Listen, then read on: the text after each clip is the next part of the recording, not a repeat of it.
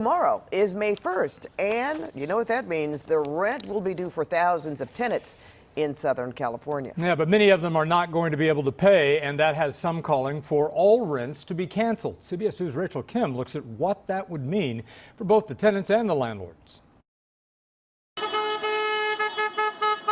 Members of the LA Tenants Union circled and surrounded LA City Hall on foot and in cars this morning. They're demanding that city and state leaders cancel rent and mortgage payments during the COVID-19 crisis because many have lost their jobs or their hours have been cut. We would be able to use that money to focus on needs and necessities. They're expecting us to have a week's worth, 2 weeks worth of food. You know how expensive it is? If we don't get rent cancellation, you're going to see a lot more people on the streets in about 6 months' time because they're not going to be able to repay back any repayment agreements or back rent, and so then they're going to be evicted. Last month, LA City leaders announced a halt on evictions for tenants who cannot pay their rent because of pandemic-related financial hardships. Tenants will have up to 12 months to pay back the rent after the pandemic ends. City leaders have said rent forgiveness is out of their control and they have no legal authority to do it. They say it's up to the state and federal governments. Banks received $1.5 trillion of our taxpayer money.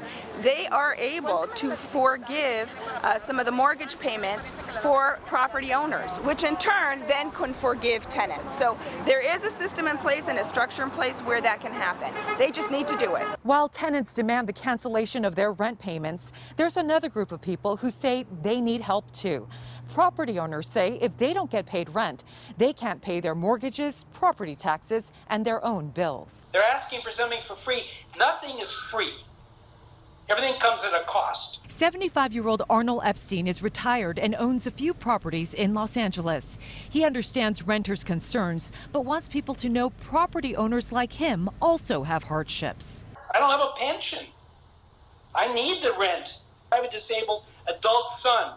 I have to pay his housing, his medical issues. I need money to support him.